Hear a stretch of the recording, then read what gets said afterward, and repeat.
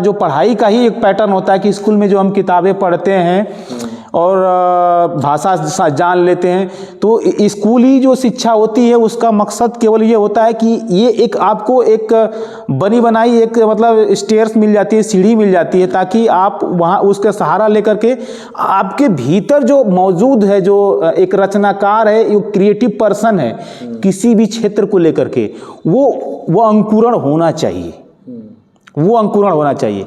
और हम शिक्षक हैं, हमारी जिम्मेदारी ये बनती है कि उस चीज़ को समझें। ये हमारे अंदर कोई ज़रूरी नहीं है कि हम एक साइंटिस्ट, साइंस का बहुत बड़ा ज्ञाता हूँ या बहुत बड़े गणितज्ञ हों या बहुत बड़े आर्टिस्ट हों, ऐसी नहीं है। लेकिन एक शिक्षक की सबसे बड़ी जिम्मेदारी है कि हमारे पास जितने बच्चे हैं उनके अंदर जो पोटेंशियल है, जो सीड्स है, उसको ग्रो कराना है। उसकी जो बच्चे की निजी जो एक व्यक्तित्व है, जो नेचर उसको गॉड गिफ्टेड जिसको बोला जाता है, अगर उसको हम अगर सही हवा, पानी, प्रकाश, अगर ये सब चीज़ें मुहैया कराने का मतलब है कि आप उसको माहौल दीजिए, उसको प्रोत्साहित कीजिए कि नहीं बेटा आपके भीतर ये चीज़ें हैं, आप इस पे काम करो, ये चीज़ें। तो जब एक बार स्पार्क कर जाएगा तो उसको उस चीज़ में मज़ा आने लगेगा। अगर आप सही परख किए हैं तो देन वो जब एक बार स्पार्क कर गया तो फिर रोकना मुश्किल हो जाता है। अच्छा, मेरे मन में एक प्रश्न है, ये जो मॉडर्न स्कूली शिक्षा है, आधुनिक स्कूली शिक्षा, आपको लगता है कहीं ना कहीं ये बच्चों की सृजनात्मकता और क्रिएटिविटी है उसको ठीक से एक्सप्लोर नहीं कर पा रही है? मतलब बच्चों को एक ही ढर्रे में ढाल देना, अब हर बच्चे का अपना ही एक टैलेंट होता होगा, हर बच्चे से वही उम्मीद करना कि वही जो कुछ गिने चुने सब्जेक्ट हैं आप उसी में मार्क्स ला के दिखाइए। देखिए, मेरे ख्याल से जो भी बच्चे हैं एक खुद में एक योद्धा है, बिल्कुल जीनियस मैं तो मानता हूं। योद्धा है, क्योंकि अगर जो अलग कर पाता है तो वो योद्धा मैं कहूँगा। एक जीनियस पर्सन है, क्रिएटिव पर्सन है, और प्लस उसके अंदर योद्धा वाली जज्बा है, क्योंकि घर में ही वो अपने माँ बाप, गार्जियन की इच्छाओं का वो पालन करता है कि नहीं बेटा आपको ये करना है, ये बंद करिए, ये चालू करिए, ऐसे बताया जाता है। पड़ोस के हैं, गुप्ता अंकल है, उनका बेटा ये कर रहा है, आपको भी करना चाहिए, उसका परसेंटेज ये है।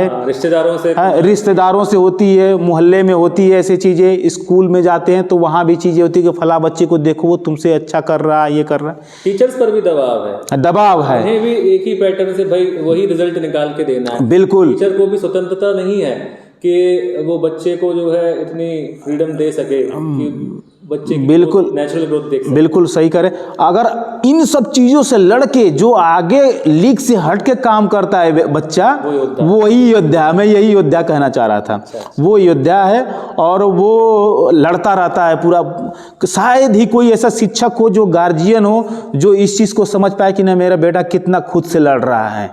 मतलब अपने जो निजी, जो गॉड गिफ्टेड, जो नेचर, प्रकृति प्रदत्त उसको जो गुण मिले हैं, वो उस गुण को विकसित करने के लिए वो कितना लड़ रहा है समाज से, परिवार में। शायद वो कुछ बच्चे मुंह से, शब्दों से ऐसे बोल पाते हैं, कुछ बच्चे शायद उसको अपने भीतर ही समाहित करके कसमसा के रह जाते हैं। ऐसी चीज़ें होती हैं। दरअसल माता पिता अभी क्या है ना कि भले ही वो बात समझ रहे हो, पर वो रिस्क नहीं लेना चाहते हैं। उनको लगता है कि ये जो एक अलग से इसने कोई लाइन चुनी है, पता नहीं आगे जाके ये अपने पैरों पे खड़ा हो पाएगा कि नहीं। वही बात है कि अगर जीवन चलाना है तो आपको आय भी होनी चाहिए। तो माता पिता भले ही समझ रहे हो, पर उनको भी लगता है कि जो पहले से चले चलाए करियर्स हैं, क्यों ना इसी में ट्राई करें, क्योंकि इसमें मिडिल क्लास आदमी की तो यही थिंकिंग है कि भाई वो अपनी आवश्यकताएं पहले पूरी करे। तो इससे संबंधित भी मेरा अगला प्रश्न ये है कि नए बच्चे जैसे जो 10th कर रहे हैं या 12th कर रहे हैं, तो वो अपना कैरियर का चयन कैसे करें? जैसे आपने बताया था पिछली बार कि आपको अपने ऊपर बहुत विश्वास था, आप अपने करियर के चयन को लेकर कंफ्यूज नहीं रहे कभी, जबकि कुछ लोगों ने शंका भी करी थी शायद। देखिए, कंफ्यूज किसी को नहीं रहना चाहिए, मेरे ख्याल से गार्जियन को भी नहीं रहना चाहिए। मेरे ख्याल से इस पे ना काम करके कि नहीं फलाने का देखो, उसका देखो, आस पड़ोस का देखो, ये आजकल ये चल रहा है बहुत, उसको कर लो। ये सब करने से बेहतर है कि मैं एक ही चीज़ बोला कि आपके भीतर के बच्चे के भीतर जो पोटेंशियल है, जो संभावना है, उसको आप पढ़िए, समझने की कोशिश करिए।